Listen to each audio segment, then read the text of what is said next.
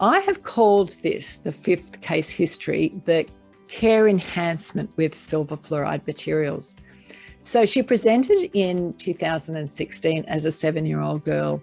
And I initially noticed, obviously, that there was some hypomineralised teeth with post-eruptive breakdown. Now, obviously, couldn't get very fancy clinical photographs because it was so sensitive and I wasn't able to puff air on these teeth. So all I did that very first day, apart from get some, fairly blurry clinical photographs because they were sensitive and I couldn't puff air on them, I just dried them with a cotton wool, was to do a little tiny weeny bit of hand excavation and then get some Fuji 7 pink placed. And then we referred her to an orthodontic opinion. And so you can see we knew we had this tooth down here that was fairly advanced, even though it looked like it was fairly small there. You can see this one here doesn't really reflect what we've got going on. And this little one here was this tooth. And it was just, it's really difficult to get good x-rays on a nervous little 7-year-old when all you want to do is try and help their anxiety and help their pain. Anyway, she did the ortho consult in 2017 in the February. She also had a narrow arch and she had this bilateral crossbite. So orthodontics was always going to be on the scene, and the orthodontist recommended that the teeth be retained to fit in with a future oral ortho plan. And I thought, well, that's fair enough because we often go to do that. And so then I saw her again in 2017 in the November, and the GICs were okay. But I then started pre-treating some of her deciduous teeth.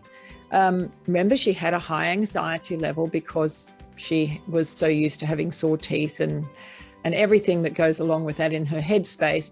And so I pre-treated the deciduous teeth with CSDS, and I was able to restore them similar to the way I have in some of the previous sessions without any trauma to her.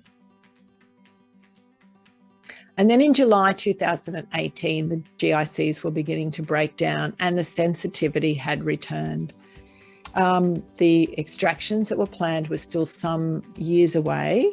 And again, because these teeth were beginning to give her problems, her level of anxiety had raised again. So because we had had a history of using silver fluoride and she knew what that was like, I recommended that we pre-treat these teeth with CSDS and then we would change over and place an Equiafort, because I had my faith in Equiafort by now, and definitely a faith in using CSDS in a hypomineralised population. And so that's what we did. That very first day, all I did is start placing a little bit of CSDS on these teeth just to be able to help her with that sensitivity of that exposed area. And then she came back in October, and I tried to remove a little bit of the GIC to be able to get some more CSDS on there, but it was all too sensitive, so we applied CSDS again. She was much more relaxed because of our working history. And then in the October, I repeated the CSDS again. And this was because I wanted to get as much of that old GIC out as I could, because underneath there I was not confident that there was some really good sound dentine. And the family then had also commented on the reduction in the sensitivity as we went through this process. And she was certainly much more relaxed. And so then in October 2018, the 1.6 and the 2.6 were restored with the Equiafort. So we went from that kind of situation where it was sound and it was rock hard to be able to put these kind of restorations. Now, knowing that these teeth were going to be extracted later on, that's all we had to do. But the story of these teeth, and as we go through, is really interesting. So we had been managing traditionally, and then we'd swapped over to this new care enhancement management, the one with silver fluoride. And so in June 2019, they were sound, asymptomatic, and they were being retained again. So this was in the June.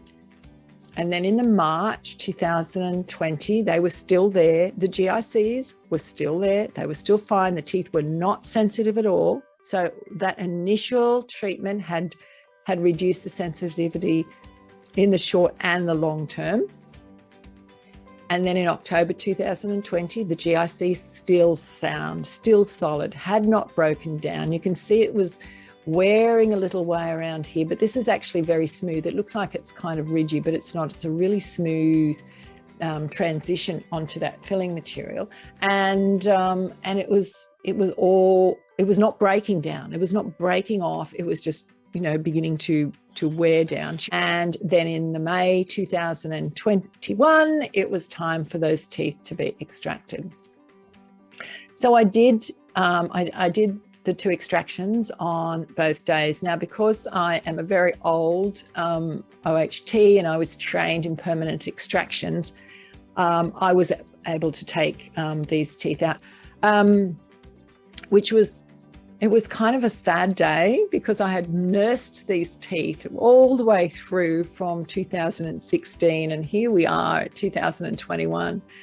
But the next photos, I think, were amazing to the power of remineralization and how you can actually stop things from progressing. So even though this was a large lesion, when you look at the sides of here, I got this tooth out and I thought, my goodness, had this girl never needed any ortho work, these teeth were actually really sound. All they had now was a deep filling, but it was actually broad. It was not actually deep. It was quite a broad filling, but it was, the surrounding tissue was fine. You only get to see this once in a lifetime, really, where you actually see how it did have post-enamel breakdown or post-eruptive breakdown, and then you've been able to modify it. And I know I'm talking a lot here, but I'm really excited about the possibility of using silver fluorides in hypomineralized teeth, because she had no sensitivity on those teeth after we began to treat and restore them using, I guess you would call it, a smart approach.